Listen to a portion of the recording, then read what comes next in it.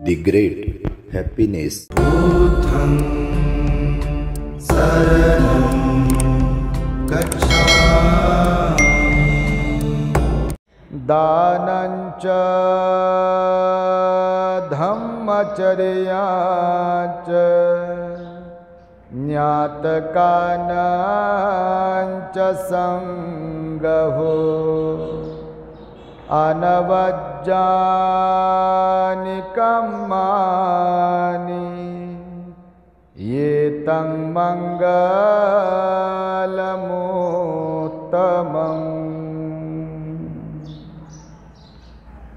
संपूर्ण विश्वाला ज्यांनी सुख शांती मानवता तथा दुःख मुक्तीचा आर्य संदेश दिला असे ते दुःख मुक्तीचे मार्गदाता दुःखमुक्त महामानव महान कारुणिक तथागत भगवान सम्यक संबुद्ध तथागतांनी आपल्या शुद्ध प्रज्ञेतून निर्मिलेला सद्धम्म आणि त्याच सद्धम्माचा गेली 2500 वर्षांपासून सातत्याने अहोरात्र प्रचार आणि प्रसार करणारा पूजनीय भिक्खू संघ, ज्यांच्या महान आणि असीम त्याग प्रभावामुळे आपल्याला जो हा अनमोल असा बुद्ध धम्म लाभला आणि ज्यांच्यामुळे आपल्याला हे एवढे मोठे वैभव प्राप्त झाले, असे महान युग प्रवर्तक भारतीय राज्यघटनेचे शिल्पकार परमपूज्य बोधिसत्व डॉक्टर बाबासाहेब आंबेडकर आणि सर्वच परिवर्तनवादी संत महापुरुषांच्या महान अशा विचारांना स्मरून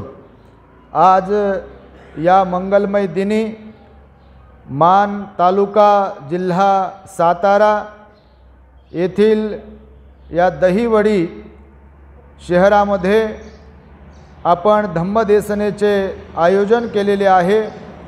तेव्हा सर्वप्रथम सर्व आयोजकांच्या प्रती धम्मदेसनेला श्रवण करण्यासाठी उपस्थित असलेले सर्व श्रद्धावान उपासक उपासिका तथा बालक बालिकांच्या प्रती तद्वतच दी ग्रेट हॅपीनेस या आपल्या यूट्यूब चॅनलचे सर्वच दर्शक तुम्हा सर्वांच्या प्रती सर्वप्रथम मंगलमैत्री सद्भावना व्यक्त करतो आणि आपणा सर्वांच्या दुःखमुक्तीकरिता तथागत भगवान बुद्धांनी 2600 वर्षांपूर्वी सांगितलेल्या धम्मोपदेशास प्रारंभ करतो।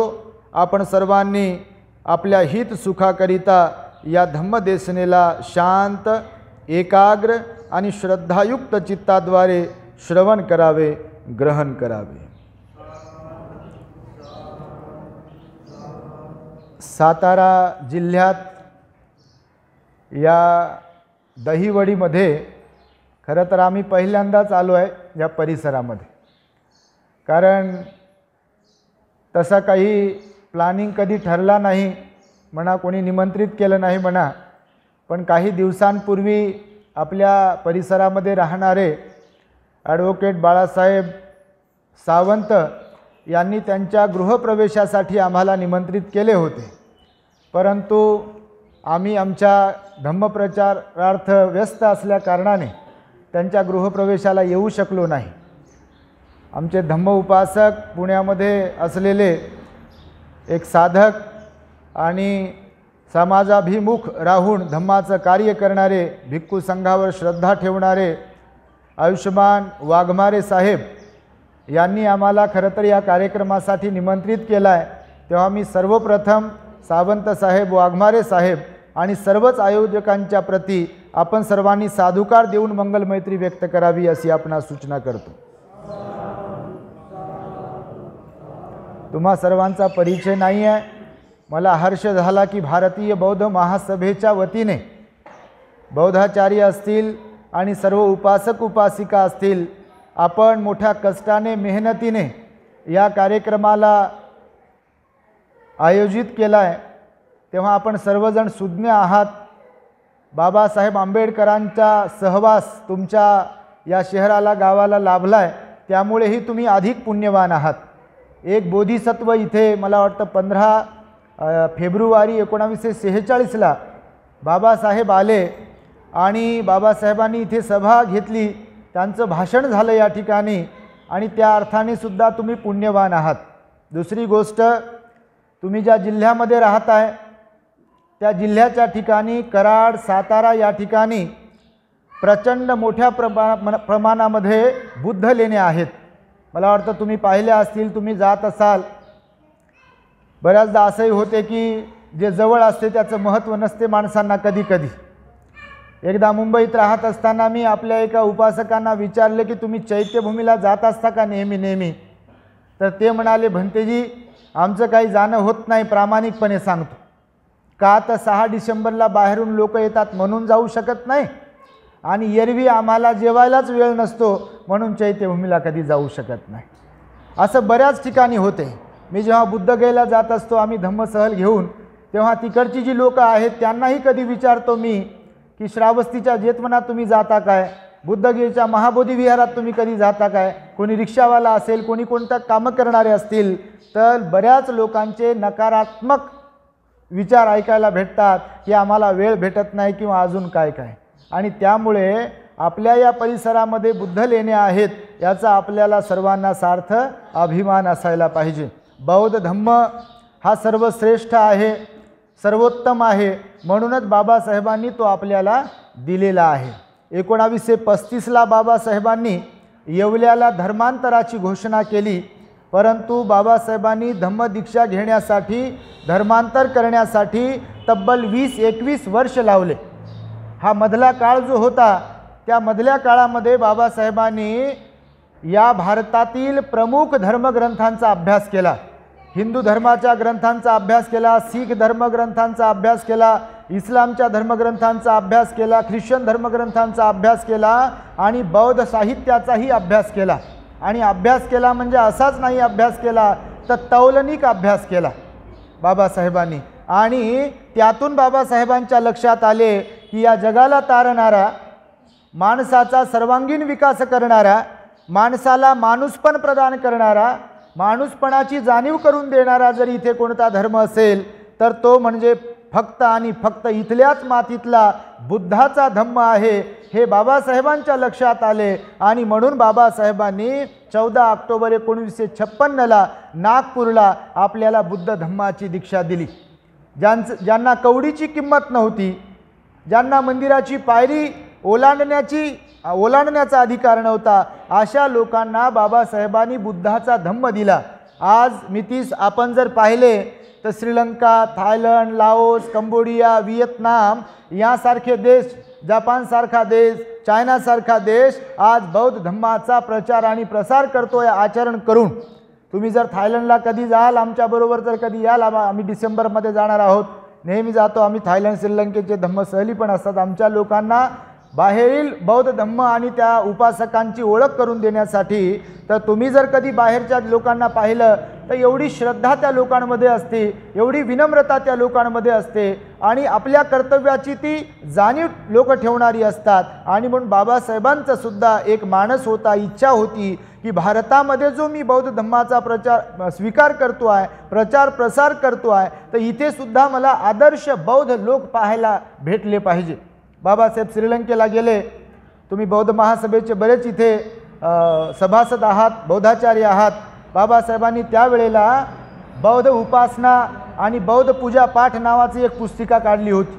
श्रीलंकेमध्ये जाऊन बौद्ध भिक्खूंना भेटून तिकडून परित्राणातल्या काही गाथा बाबासाहेबांनी रेकॉर्ड करून इकडे आणल्या होत्या आणि स्वतःच्या अक्षरांमध्ये त्या गाथा बाबासाहेबांनी लिहिल्या, भाषांतरित केल्या आणि त्याचं पुस्तक आपल्या लोकांसाठी तयार केलं. बघा, ते तुमच्याकडे असू शकते पुस्तक.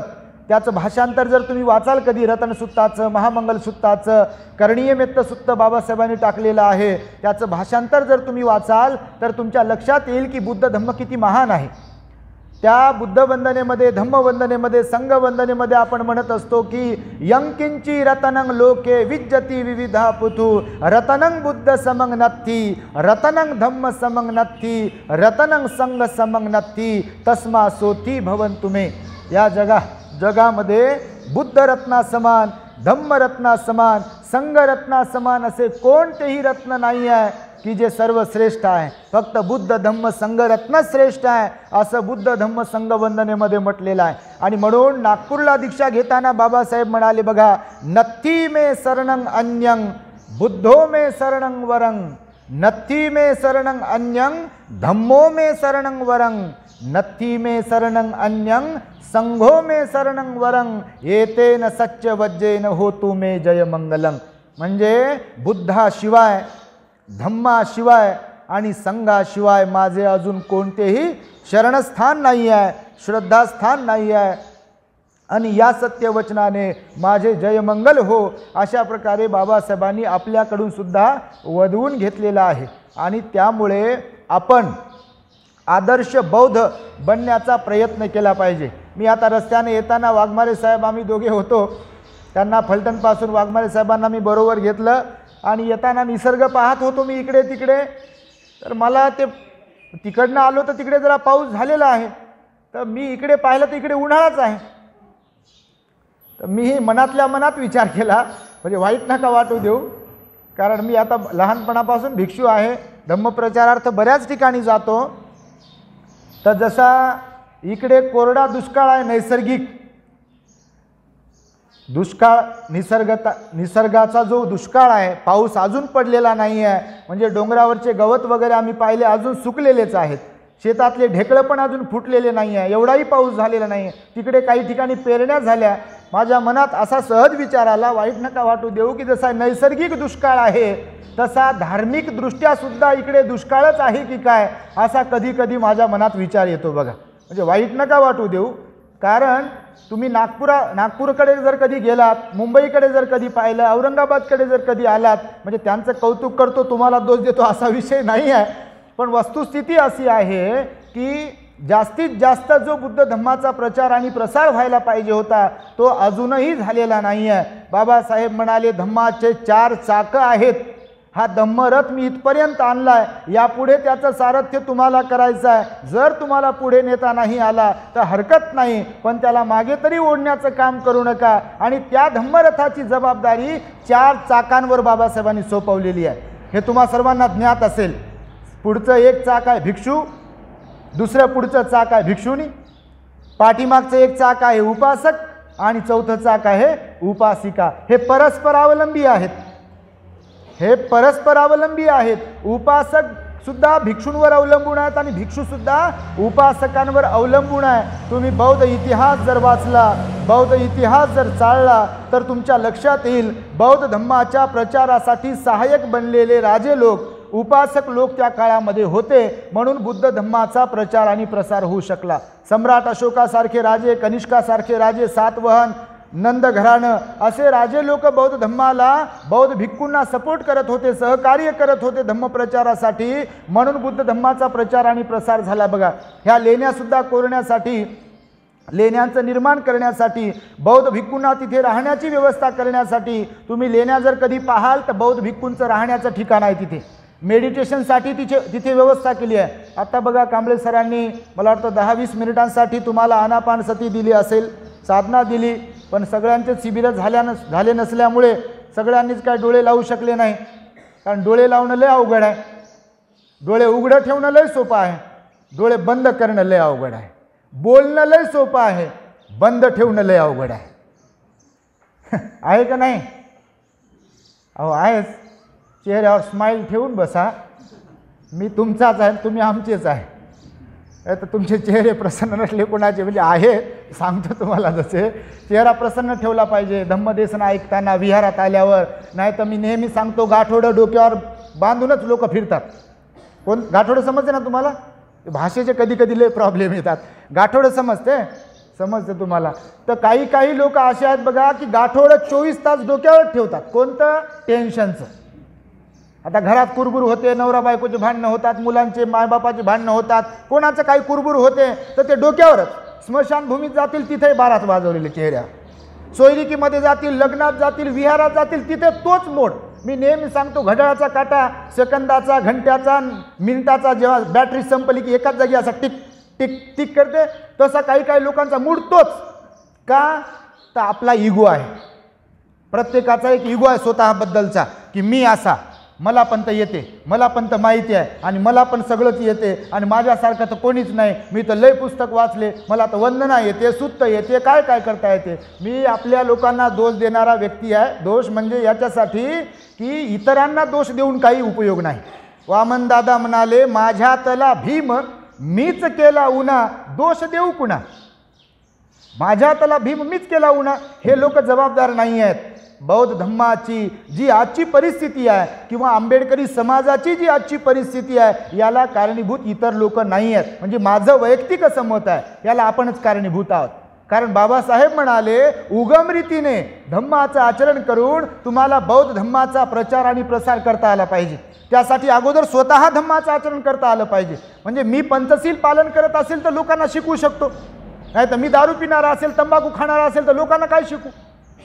म्हणजे बघा, तुम्ही धम्म प्रचार करायचा असेल ते सर्वसामान्य लोक असतील किंवा अजून कोणी असेल तर आपण पात्र असलो पाहिजे. डॉक्टर की तोच करू शकतो की ज्याने MBBS BHMS केले, मास्तर की तोच करू शकतो, टीचर तोच बनू शकतो ज्याने DED BEd केले, प्रोफेसर तोच बनू शकतो ज्याने MAd केलं, BEd केलं, ज्याने नेट सेट केलं, PhD केली आहे. आणि न करतात म्हणेल का तो मी प्रोफेसर आहे, जमेल का असं.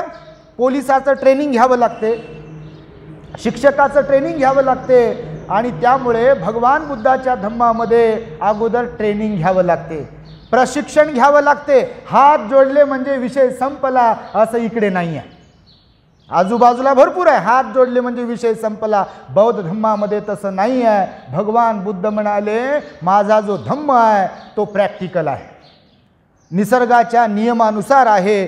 बौद्ध धम्म अगोदर शिकावा लागतो, नंतर कर्म म्हणजे आचरण तसं करावं लागते आणि नंतर त्याचं फळ मिळते. फक्त भगवान बुद्धाला हात जोडले आणि फुलं वाहिले म्हणजे भगवान बुद्ध आपल्याला वरदान देतील, आशीर्वाद देतील असा विषय नाही आहे. आणि याचा अर्थ असाही नाही की भगवंताची पूजा करू नये. बिलकुल भगवंताची पूजा केली पाहिजे, भगवंताची वंदना केली पाहिजे. बुद्धानुसती, धम्मानुसती सांगितली ना, संघानुसती सांगितली ना. बुद्ध गुण जे आहेत, धम्म गुण जे आहेत आपल्या चॅनलवरती सांगितले जात आहेत बघा. आता तुम्हाला कुणाचा नंबर नसल्यामुळे आम्ही तुम्हाला काही पाठवू शकत नाही. वाघमारे साहेब आहेत, बाळासाहेब सावंत आहेत, त्यांना आमच्या लिंक येतात या चॅनलवरच्या आपल्या. तर आता आम्ही सध्या बुद्ध गुण सांगत आहे बघा. म्हणजे अर्हत कुणाला म्हणतात, सम्यक संबुद्ध कुणाला म्हणतात, भगवंताला विद्याचरण संपन्नो का म्हणतात, भगवंताला सुगतो का म्हणतात, भगवंताला लोकविदू का म्हणतात, या शब्दांचा अर्थ फोडून सांगण्याचा आम्ही प्रयत्न करत आहे. तर बऱ्याच लोकांना फक्त वंदना पाठ आहे बघा, पण त्याचे अर्थ माहिती नाही आहे. असे म्हणतात लोक, मी बुद्धाशिवाय कुणालाच मानत नाही. पण जेव्हा आता मी शिकवत आहे त्याचा अर्थ, बुद्धला जे शब्द सांगितलेले आहेत तर लोक म्हणतात हे तर माहिती नव्हतं आम्हाला. आणि म्हणून बुद्ध धम्माचा आपल्याला अगोदर नीट अभ्यास करावा लागेल. अभ्यास केल्याशिवाय आपल्याला काही समजणार नाही. बाबासाहेबांनी जीवाचं रान केलं आहे हे तुम्हाला मला सर्वांना माहिती आहे. बाबासाहेबांची मुलं गेले आपल्यासाठी. लहानपणामध्ये बाबासाहेबांचा राजरत्न गेला, इंदू गेली, रमेश गेला, गंगाधर गेला. ही बाबासाहेबांची मुलं गेली आपल्यासाठी. म्हणून आपण बाबासाहेबांच्या महान उपकारांची जाणीव ठेवली पाहिजे आणि बाबासाहेबांनी सांगितलेल्या मार्गावर चाललो पाहिजे. मी हे यासाठी म्हणून आपणास सांगतो आहे की आपल्याला धम्माचा प्रचार आणि प्रसार करण्यासाठी अगोदर किमान आपल्या कुटुंबाला बौद्धमय बनवता आलं पाहिजे. तुम्ही बाबासाहेबांच्या भाषणातले उतारे देत असाल, लोकांना संदर्भ सांगत असाल की बाबासाहेब म्हणाले मला भारत बुद्धमय करायचं. लय लोकांनी ऐकलं असेल हे शब्द, मला भारत बुद्धमय करायचं आहे. गाण्यातून ऐकलं असेल, भाषणातून ऐकलं असेल, स्वतः भाषणातून म्हणत असाल तुम्ही मला भारत बुद्धमय करायचं आहे असं बाबासाहेब म्हणाले. मला शासनकर्ती जमात बनायचं हे पण बाबासाहेब म्हणाले. तर मला सांगा, जर भारत बुद्धमय करायचं आहे तर त्यासाठी उपाययोजना काय असायला पाहिजे आपल्याकडे? आपल्याकडे उपाययोजना काय असायला पाहिजे जर भारताला बुद्धमय करायचं आहे तर? मी तर सांगतो लोकांना की कागदोपत्री बाबासाहेबांनी भारताला ऑलरेडी बुद्धमय केला आहे. बुद्ध धम्माची दीक्षा दिली आहे संविधानात्मक तरतूद करून. पंचशिलाच्या विरुद्ध कोणी जर वागलं तर कायद्याने त्याला शिक्षा होते. बाबासाहेबांनी पंचशिलेची तरतूद केली भारतीय संविधानामध्ये. म्हणजे तसं पाहिलं तर कागदोपत्री काही करण्याचं ठेवलेलं नाही आहे. भारतीय राष्ट्रध्वजावरती अशोक चक्र टाकलं आहे बाबासाहेबांनी. राष्ट्रपती भवनामध्ये भगवंताची उभी मूर्ती ठेवली आहे बाबासाहेबांनी. ह्या सगळ्या गोष्टी केल्या बाबासाहेबांनी. परंतु आता आपलं कर्तव्य आहे की किमान आपल्याला स्वतःला आणि आपल्या घरादाराला बौद्ध बनवता आलं पाहिजे. बाबासाहेब म्हणाले उद्या इथल्या प्रस्थापित व्यवस्थेने तुमच्याकडे बोट करून अशी म्हणण्याची वेळ येऊ देऊ नका की महाराणी बुद्ध धम्म बाटवला. हे कोणाचे शब्द आहे? हे करुणानंद भंतेचे शब्द नाही आहे. हे बाबासाहेबांचे शब्द आहे. आपल्या लोकांना उद्देशून बाबासाहेब म्हणाले दीक्षा घेतल्यानंतर 15 ऑक्टोबर 1956च्या भाषणामध्ये की हे बांधवांनो, हे बौद्धजन हो, की अशी वेळ आपल्यावर येऊ देऊ नका. मी तुम्हाला महत्प्रयासाने बुद्ध धम्माची दीक्षा देतो आहे, पूर्ण विचारांती बुद्ध धम्माची दीक्षा देतो आहे. मला वाटलं म्हणून या लोकांनी त्रास दिला म्हणून मी बुद्ध धम्माची दीक्षा घेत नाही आहे, तर मी तौलनिक अभ्यास केला इथल्या सगळ्या धर्मग्रंथांचा, धर्माचा. मला बुद्ध धम्म पटला म्हणून मी त्याचा स्वीकार करतोय. एवढंही बाबासाहेब म्हणाले की मेंढरं होऊन माझ्या मागे येऊ नका. हे मी बाबासाहेबांचे शब्द वापरतोय, मी नेहमी वापरतो. तुम्ही जर माझे कधी प्रवचन ऐकत असाल तर हे बाबासाहेबांचे शब्द आहे. बाबासाहेब आपल्या लोकांना म्हणाले की मेंढरं होऊन माझ्या मागे येऊ नका. का मेंढरांची उपमा दिली? कारण मेंढरांचा गुणधर्म असतो की खाली मान घालायची आणि चालायचं, वर पाहायचं नाही. जर रस्त्यानं चालल्या ट्रकनं उडवलं तर एकच मेंढी मरत नाही, 2 4 5 मरतात. विहिरीत जर पडली तर एकच मेंढी पडत नाही, 2 4 5 पडतात. ह्या गुणधर्म कुणाचा? मेंढरांचा आहे. तर बाबासाहेब आपल्या लोकांना म्हणाले त्या मेंढरांसारखं तुम्ही बनू नका. आपली सत्सद विवेक बुद्धी वापरा. तुम्हीही बुद्ध धम्माचा अभ्यास करा आणि अभ्यास करून तुमच्या बुद्धीला जर पटेल तरच माझ्यासोबत नावेत चला बुद्ध धम्माच्या, असे बाबासाहेब आपल्याला म्हणाले. आणि म्हणून बाबासाहेबांनी कुणाला बळजबरी केलेली नाही आहे. त्या काळामध्ये व्हॉट्सअप नव्हतं, सोशल मीडिया नव्हता, फेसबुक नव्हतं, तरीसुद्धा बघा 5 लाखांपेक्षा जास्त लोक त्या नागपुरामध्ये दाखल झाले पांढऱ्या शुभ्र वस्त्रांमध्ये आणि बौद्ध धम्माची दीक्षा घेतली त्यांनी. बाबासाहेबांनी गुरुचंद्रमणी महास्तवीर यांच्याकडून त्रिसरणासह पंचशील ग्रहण केलं. नागपूरच्या श्याम हॉटेलमध्ये परित्राण करून घेतला बौद्ध भिक्खूंकडून, आशीर्वाद घेतले आणि नंतर मग त्या वरून बाबासाहेबांनी स्वतः 1-1-22 प्रतिज्ञा आपल्या लोकांसाठी दिली आणि बाबासाहेबांनी सांगितलं की ही तुमची आचारसंहिता आहे आणि ही तुमच्याकडून पाळल्या गेली पाहिजे. आणि त्यामुळे मी लोकांच्या निदर्शनास आणून देतो, स्मरणात आणून देतो की बाबासाहेबांनी आपल्यासाठी ह्या सगळ्या गोष्टी केलेल्या आहेत. हे सोन्याचे दिवस बाबासाहेबांच्यामुळे आपल्याला आलेले आहेत. ही जी नोकरी आहे, पैसा आहे, घरदार आहे. येताना वाघमारे साहेब आम्ही चर्चा करत होतो, ते अतिशय चांगले एक उपासक आहेत आमचे वाघमारे साहेब. एका चिवरधारीला पाहून त्यांच्यामध्ये बदल झाला बघा. ते पण मिलिटरी खात्यामध्ये आहेत कामाला. कोरोनाच्या दरम्यान एका भिक्षुणीच्या संपर्कात आले, भिक्षुणीला पाहिलं, त्यांच्या मनामध्ये दान भावना निर्माण झाली. त्या भिक्षुणीला त्यांनी सहकार्य केलं, दान दिलं. बाकीच्या भिक्षूंची पण त्यांनी लिस्ट काढली, त्यांनाही मदत केली उपासकांकडून. आणि मी ध्यान केलेलं नाही आहे तर मी ध्यान शिबिर केलं पाहिजे असं त्यांना लक्षात आलं. भिक्षुणी त्यांना सांगितलं, त्यांनी ते ध्यान केलं आणि मला वाटतं 168 लोकांना आतापर्यंत त्यांनी शिबिराला पाठवलं. एकदा वाघमारे साहेबांसाठी टाळ्या वाजून तुम्ही त्यांचं स्वागत केलं पाहिजे. ते तुमच्याच परिसरातले आहेत आणि त्यांनी असं चांगलं काम केलं बघा. बाळासाहेब सावंत पण खूप चांगलं काम करतात. मला वाटतं 2015 पर्यंत त्यांनी धम्म परिषदांचं इकडं आयोजन केलं आणि त्यामुळे गृहप्रवेशाला त्यांनी भंतीजींना बोलवलं. नाही तर आम्हाला कोणी इकडे बोलवत नाही. धम्मदेशनेला पण तुम्ही या साताऱ्यातले बोलवणारे पहिलेच उपासक आहेत आणि त्याच्यामुळं मी तुमचं अभिनंदन करेल. मी सावंत साहेबांना पण म्हणालो की पुन्हा पुन्हा बोलवत जा. भिक्षूंना जर बोलवलं तर बघा त्याचा मोठा फरक असतो. आम्ही फलटणमध्ये आलो, तिथे आमचे शिवाजी सावंत बाबा आहेत, तर त्यांनी माझ्याशी संपर्क साधला की भंतीजी या परिसरात आला तर आमच्या घरी या. तर आम्ही फलटणला आलो. आता त्यांना पण लिंक जाते आपल्या यूट्यूब चॅनलची, तर त्या माझ्या संपर्कात होते, आपल्याला ते भेटले आणि मी पण धन्य झालो. फलटणमध्ये डॉक्टर बाबासाहेब आंबेडकर चौकामध्ये बाबासाहेबांचा मला वाटतं 1969ला अर्धाकृती पुतळा त्या काळचे मराठा वर्तमानपत्राचे संपादक आचार्य आत्र्यांच्या हस्ते तिथे उभा केलेला आहे. तर त्या पुतळ्याला आम्ही पुष्पहार वगैरे अर्पण केला. ते आम्हाला भेटले, घरी घेऊन गेले सावंतसाहेब आपले, आणि त्यांचे 2-4 लोक आले बघा. ते म्हणाले की माझ्या जीवनातील हा ऐतिहासिक दिवस आहे की भंतेजी माझ्या घरी आले. तर असे काही लोक इकडे आहेत बघा, त्यांनाही हर्ष झाला. तर आपण सर्वांनीच भिक्षूंना बोलवलं पाहिजे इकडे, कारण भिक्षूला पाहिल्यानंतर जर विनयधारी भिक्षू असतील, शिलवान भिक्षू असतील तर त्यांना पाहिल्याबरोबर लोकांच्या मनामध्ये श्रद्धा निर्माण होते बघा. तुम्ही जर कधी पाहत असाल, अनुभवत असाल तर भिक्षू हे बुद्धपुत्र म्हणण्याच्या पात्रतेचे फक्त भिक्षूच आहे. तुम्ही बौद्ध साहित्य जर वाचाल त्याच्यात बुद्धपुत्र म्हणून जर कुणाला उपाधी दिली असेल, कुणाचा गौरव केला असेल तर तो केवळ आणि केवळ बौद्ध भिक्खू आणि भिक्खुणीचा आहे. दुसरं कुणालाही बुद्धपुत्र आणि बुद्धपुत्री म्हटलेलं नाही आहे, केवळ बौद्ध भिक्खू आणि भिक्खुनीला. का तर त्यांच्याकडे भगवान बुद्धांनी सांगितलेला विनय आहे आणि तो विनय पालन करणारे असल्या कारणाने, शील पालन करणारे असल्यामुळे बौद्ध भिक्खूला पाहताच लोकांच्या मनामध्ये आदराचा भाव निर्माण होतो. म्हणून संघवंदनेमध्ये बघा, आहुनेयो पाहुनेयो दक्षिणेयो अंजली करणीयो अनुत्तरं पुण्यं खेतं. पुण्यं खेतं म्हटलं भिक्षू संघाला. काय म्हटलेलं आहे? पुण्यं खेतं. पुण्यं खेतं म्हणजे पुण्यक्षेत्र. पुण्यक्षेत्र हा शब्द भिक्षू संघासाठी वापरला. का तर भगवान म्हणाले की बुद्ध तर जातील शरीराने, परंतु संघरूपी बुद्ध इथे परमनंट राहतात, कारण संघ संपत नाही.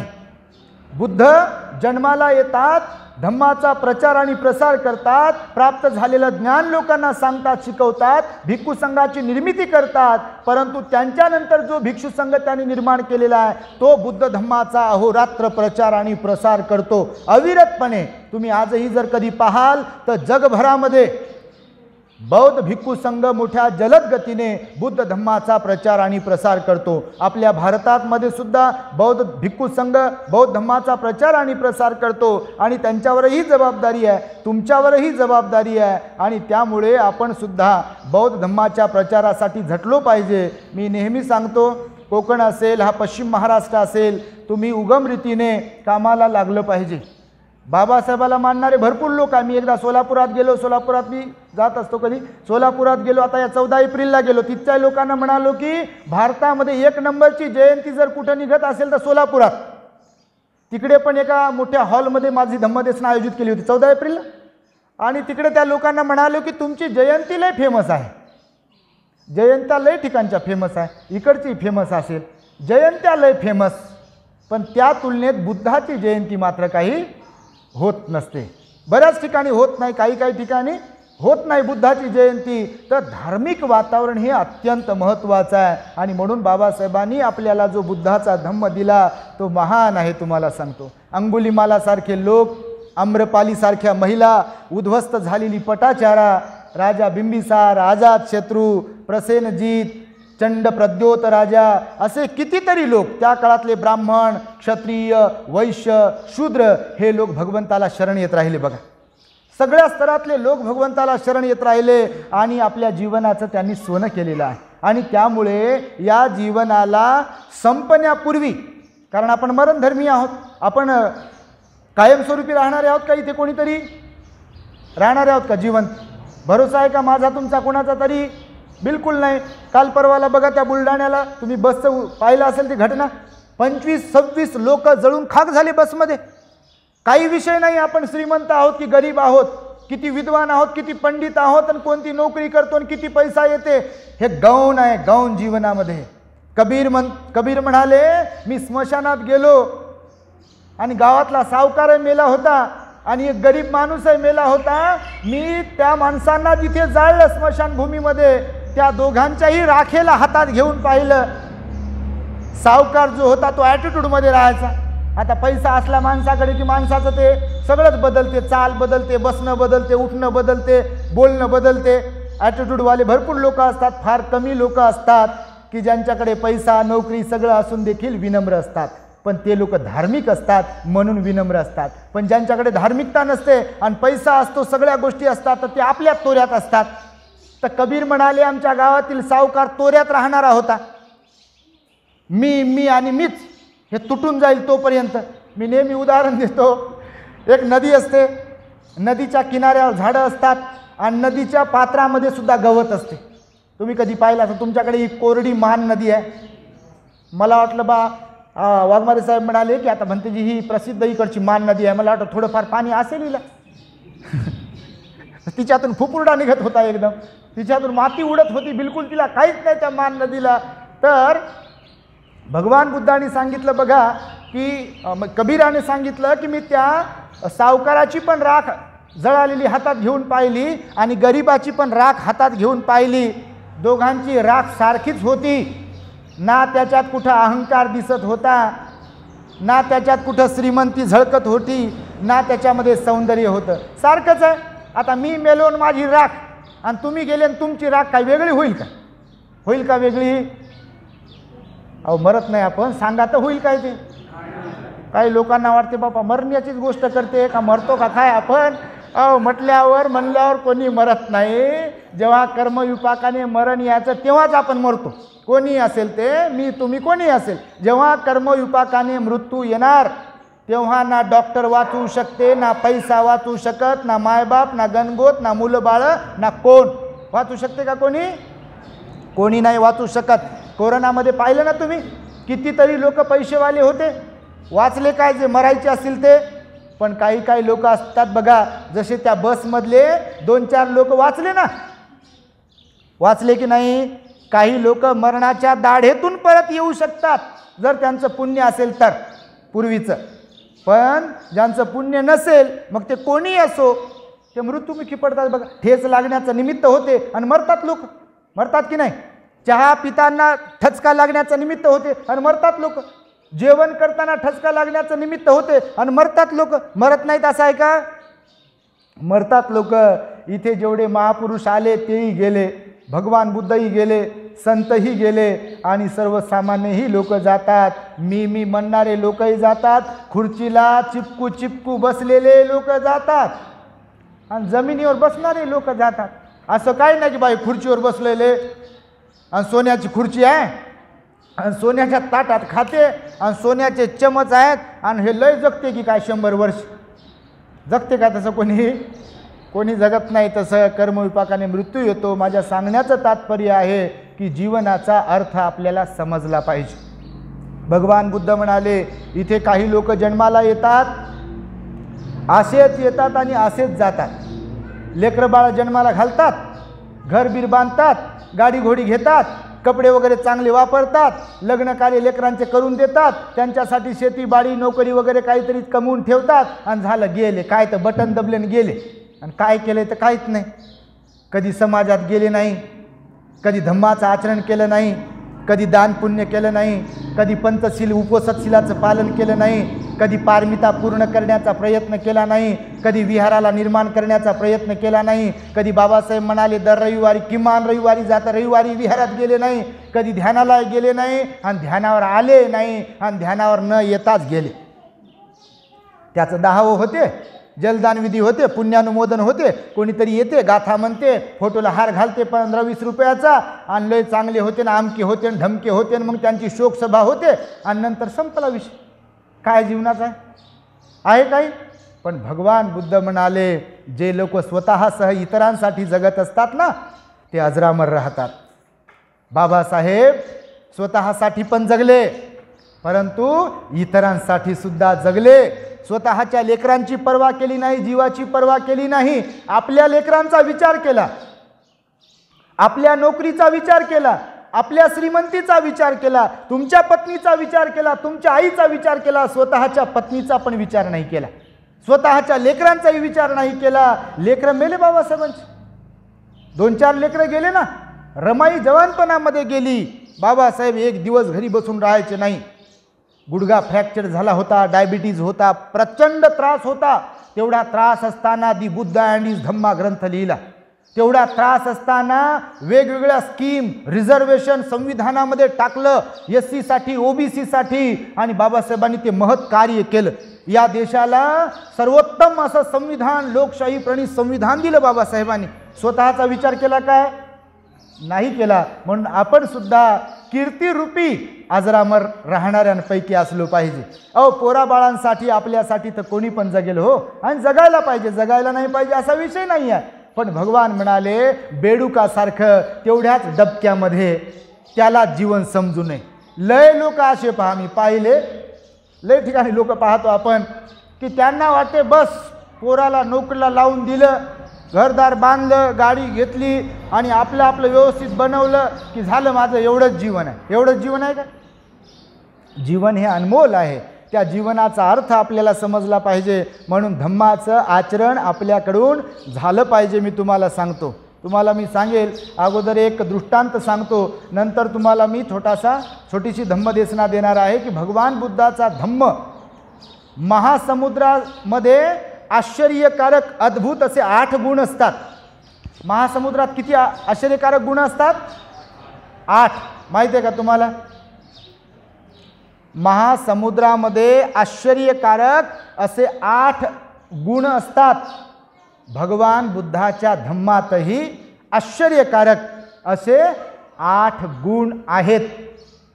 ते मी तुम्हाला थोडक्यामध्ये सांगणार आहे. परंतु हे जे चाललंय आता बाबासाहेबांचं तुम्हाला जे मी सांगत आहे, सारवत आहे, लेप देत आहे तुम्हाला मी, तर त्याला धरून एक दृष्टांत आहे तो अगोदर सांगतो आणि मग 8 विशेष आश्चर्यकारक गुण मी तुम्हाला सांगेन.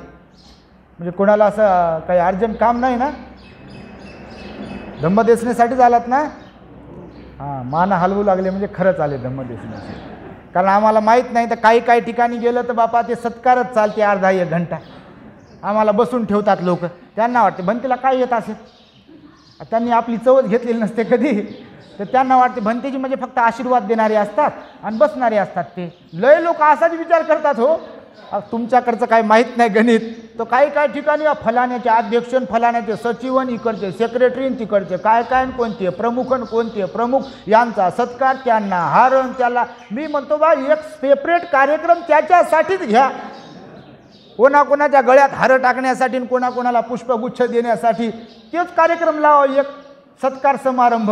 आणि बाकीचा जे काही असेल तो स्किप करावा कार्यक्रम, तो नंतर कार्यक्रम करा. तर आपल्याकडे बघा हे लय चालते असं, इतर ठिकाणी चालत नाही. तुम्हाला उदाहरण सांगेल मी. मस्जिदमध्ये तुम्ही जर कधी गेलात, तुम्ही कधी जाल मस्जिदमध्ये, तुम्हाला एंट्रीच नाही मस्जिदमध्ये, तर कुणालाच एंट्री नसते. तर मस्जिदचं सांगतो तुम्हाला. आता मौलवी पण आमचे मित्र आहेत, वारकरी संप्रदायातले लोक पण आमचे मित्र आहेत, कीर्तनकार पण मित्र. आता सगळं हे काम चाललंय तर सगळ्यांच्या सोबत मैत्री ठेवावी लागते ना, कारण आपल्या संपर्कामध्ये सगळ्या जाती धर्माचे लोक असतात. प्रवचन ऐकतात आपल्या चॅनलवरून बऱ्याच जाती धर्माचे. तर तुम्हाला मी सांगेल की बघा, जिथे धार्मिकता असते तिथे मात्र आपलं जी धार्मिकता असते ती जपली पाहिजे. तर त्याचा एक मी तुम्हाला दृष्टांत सांगतो की बाबासाहेबांनी आपल्याला महत्प्रयासानं जो बुद्धाचा धम्म दिला तो कसा टिकवता आला पाहिजे आपल्याला. तर इकडे लक्ष द्या. एक दृष्टांत सांगतो. मी सांगितलेलं आहे, नेहमीच सांगतो प्रत्येक ठिकाणी, की काही गोष्टी अशा असतात की त्या टिकवता येत नाहीत आणि वेळ निघून गेल्यावर पश्चाताप होतो बघा. तर एकदा एक गरीब लोहार होता आणि एक राजा होता. त्या राजाच्या नगरामध्ये गरीब लोहार होता. राजा आपल्या नगरामध्ये प्रदक्षिणा घालत होता. एक दिवस फिरत होता रथातून, तर त्याला त्या गरीबाची लोहाराची झोपडी दिसली. राजाच्या मनामध्ये करुणाभाव निर्माण झाला आणि राजाला वाटले की या गरीब लोहाराची गरिबी दूर करण्यासाठी याला आपण काहीतरी उद्योगधंदा दिला पाहिजे, याच्यावर उपकार केले पाहिजे, अनुकंपा केली पाहिजे. तर राजाने एक चंदनाची बाग त्या गरीब लोहाराला भेट दिली. आता लोहार तो गरीब होता, तो खुश झाला. मग लोहाराने ती बाग भेट घेतली आणि तो लोहार त्या बागेला पाणी खत वगैरे घालत होता. मग ती चंदनाची झाडं मोठमोठी झाली. ती झाडं मोठी झाल्यानंतर आता हा लोहार होता, तर याने ती झाडं तोडले. झाडं तोडले आणि त्याचा फास रचला. फास समजते तुम्हाला? म्हणजे ढीग. हे शब्द असे बिघडतात बघा, म्हणून मी विचारतो नेहमी लोकांना की तुमच्याकडे काय म्हणतात. तर ढीग. तर ते चंदनाचे झाडं तोडले आणि त्याचा ढीग रचला आणि ते सुकले, वाळले की त्याला काडी लावून दिली आणि जाळलं. आता जाळल्यावर काय होते? कोळसा होते, राख होते. दोनच गोष्टी होतात, काही कोळसा होते आणि काही राख होते. त्या कोळशावर पाणी टाकलं तर, विसावर पाणी टाकलं तर कोळसा होते आणि उरलेल्याची राख होते. तर यानं जे जाळलं त्याला, तर त्याची राख झाली काही आणि काही कोळसा झाला. तर हा लोहारच होता. तर याच्या वापरासाठी जेवढा कोळसा लागत होता यानं पोत्यात भरून तेवढा आपल्याकडे ठेवला आणि जो प्रमाणाच्या बाहेर होता म्हणून तो आपल्या नातेवाईकांना वाटून दिला आणि राख फेकून दिली अशीच. काही दिवस झाले, राजा पुन्हा रथात बसून आपल्या नगरामध्ये प्रदक्षिणेसाठी घालण्यासाठी निघाला आणि मग राजाला पुन्हा त्या लोहाराच्या दाराच्या तिथे आल्यानंतर लक्षात आलं की इथे एक लोहार राहत होता बऱ्याच दिवसांपूर्वी. त्याची गरिबी हटविण्यासाठी, त्याला सुद्धा सर्व लोकांसारखं श्रीमंत बनविण्यासाठी त्याच्यावर मी अनुकंपा केली होती, चंदनाची बाग भेट दिली होती. तर आता त्याचे दिवस बदलले असतील. त्यानं पण स्वतःचं घर चांगलं बनवलं असेल, स्वतःचे लेकरं बाळ चांगले बनवले असतील. तर जरा त्याची भेट तरी घेतो. राजानं सैनिकांना सांगितलं की जरा बोलून आणा बरं, बघा तो लोहार आहे का. तर सैनिक गेले आणि सैनिकांनी सांगितलं महाराज सैनिक आहे आणि हाच सैनिक आहे. तर तेच फाटलेले कपडे, मळकटलेले कपडे, तीच झोपडी आणि तसाच आला तो. महाराज म्हणे नमस्कार, मी आपली काय सेवा करू. महाराजाने डोक्यावर हात मारून घेतला राजाने. तर राजाला वाटलं बा याला चंदनाची बाग भेट दिली होती याचे दिवस बदलण्यासाठी आणि हा जसाच तसाच आहे. गरीब ते गरीबच आहे, मळकटलेले कपडे, फाटलेले कपडे. तर राजाने त्याला विचारलं की गड्या तुला मी काही दिवसांपूर्वी चंदनाची बाग दिली होती त्याचं काय केलं. तर तो म्हणाला महाराज तुम्ही जी चंदनाची बाग मला दिली होती मी त्याला खत पाणी घातलं, झाडं मोठी केली, निंदन खुरपण केलं, नंतर झाडं तोडली, नंतर त्याचा ढीग लावला, ढीग लावल्यावर सुकले वाळले, त्याला काडी लावली, ढण ढण पेटवलं, मग त्याची आग झाली, आग विझवली, त्याचा कोळसा झाला आणि बाकीची राख झाली. मी लोहार असल्या कारणाने मला जेवढा कोळसा लागते तेवढा माझ्याकडे ठेवला, बाकीचा नातेवाईकांना दिला आणि राख उरलेली फेकून दिली. राजाने पुन्हा डोक्यावर हात मारून घेतला. राजा म्हणे एखादं शिल्लक त्या बागेतलं लाकूड आहे का तुझ्याकडे. महाराज म्हणे बघतो म्हणे मला एकच मिनिट द्या. आणि गेलं घरातून पाहते तर या बादशहाने कुऱ्हाडीचा दांडा बनवला होता चंदनाचा. इथं बाभळीचं लाकूड भेटना लोकांना, कुऱ्हाडीचा दांडा बनविण्यासाठी लिंबाचं बाभळीचं लाकूड वापरतात लोक दांड्याला त्या कुऱ्हाडीच्या. तर यानं चक्क चंदनाच्या लाकडाचा कुऱ्हाडीचा दांडा बनवला होता. राजानं पुन्हा डोक्यावर हाणून घेतलं की यानं कुऱ्हाडीचा दांडा बनवला चंदनाच्या लाकडाचा. आणि राजा म्हणे बापा नसीब यानं एवढा दांडा तरी लाकूड तरी शिल्लक ठेवलं. तर त्याला म्हणे चाल माझ्याबरोबर. मग दुसऱ्या रथात बसून त्याला घेऊन गेला राजा चंदनाच्या व्यापाऱ्याकडे आणि त्या व्यापाऱ्याला सांगितलं की हा दांडा तोल, याचं मोजमाप कर आणि याचे जेवढे पैसे येतील ते दे याला. आता व्यापारी चंदनाचा, चंदन महाग असते, लोक असा एवढा तुकडा आणतात. पहा आम्ही स्मशानभूमीत जातो कधी कधी अंतिम संस्काराला, चंदन राहिलं म्हणतात. मला वाटतं बा चंदन म्हणजे काय लाकडच आणले काय लोकांनी लय मोठमोठे, तर एवढंच चंदन. तर परंपरा रूढी चालवायच्यात ना, म्हणून लय गोष्टी अशाच लोक करतात बघा. मेंढरांसारखी गोष्ट सांगितली ना तुम्हाला, लय लोक त्या मेंढरांसारखेच आहेत बघा. या वरच्या मजल्याचा वापरच करत नाही. बाबासाहेब म्हणाले याचा वापर करा तर काही गोष्टी कळतील. तर त्यात चंदनाच्या व्यापाऱ्यानं त्या दांड्याचं मोजमाप केलं आणि त्याला पैसे दिले तर लय पैसे आले. तर ते पैसे पाहून मग त्या लोहाराने डोक्यावर हात मारून घेतला. गोष्ट लक्षात आली की जर या दांड्याचे एवढे पैसे येऊ शकतात तर राजानं काय दिलं होतं, काय दिली होतं, चंदनाची अख्खी बाग दिली होती. आणि यानं बागेचं काय केलं होतं, कोळसा केला. बाबासाहेबांनी आपल्याला काय दिलंय, बुद्धाचा धम्म दिला. काय दिलं, चंदन रूपी बुद्धाचा धम्म दिला. चंदनाचा सुगंध असतो, चंदन सुगंधित असते. धम्मपदामध्ये चंदनाचा उहापोह केलेला संदर्भ चंदनाचा. भगवान बुद्धांनी चंदनाच्या लाकडाबद्दल, सुगंधाबद्दल सांगितलेला आहे. बाबासाहेबांनी चंदनाच्या बागेसमान इथल्या कंगाल लोकांना, गुलामगिरीत खितपत पडलेल्या लोकांना, ज्यांच्या कमरेला झाडू होता, पायाचे ठसे जमिनीवर उमटू नये म्हणून, ही थुंकी जमिनीवर थुंकू नये म्हणून गळ्यामध्ये ज्यांच्या मडकं होतं, ज्यांना शिक्षणाची संधी नव्हती, नोकरीची संधी नव्हती, श्रीमंत बनण्याची मुभा नव्हती, देवाच्या देव्हाऱ्यामध्येच काय तर पायरीवर येऊ देण्याची मुभा नव्हती. बाबासाहेब सोलापूरला रमाईसोबत इकडे राहिले. सोलापूर जिल्ह्यामध्ये एका गावामध्ये रमाईला दिवस गेले होते. तेव्हा मला वाटतं राजरत्नाच्या वेळेला की काय वातावरणामध्ये बदल होण्यासाठी रमाईची तब्येत बरी नव्हती. तर तेव्हा बघा रमाईनं पंढरपूरला नेण्याचा हट्ट धरला होता बाबासाहेबांनी. तुम्ही ऐकला असेल, वाचला असेल तर. तेव्हा बाबासाहेब म्हणाले की रामू, मी बॅरिस्टर आहे, मी तुझा हट्ट पुरवण्यासाठी येईल तिथे, नो प्रॉब्लेम. पण तिथे आल्यानंतर समजा मला जर मंदिरात येण्यापासून मला अडवलं तर तू ते सहन करशील का माझा अपमान.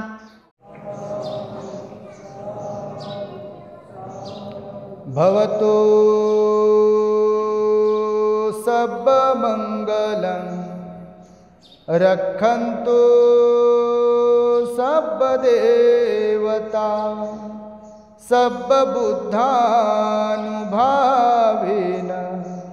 सदा सुखी भवन्तु ते भवतु सर्वमङ्गलं रक्षन्तु सर्वदेवता सर्वधर्मानुभावेन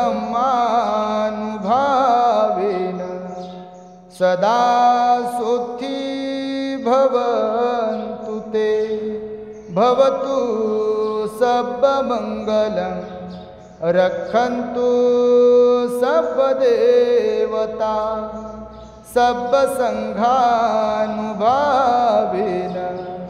सदा सुखी भवन्तु ते।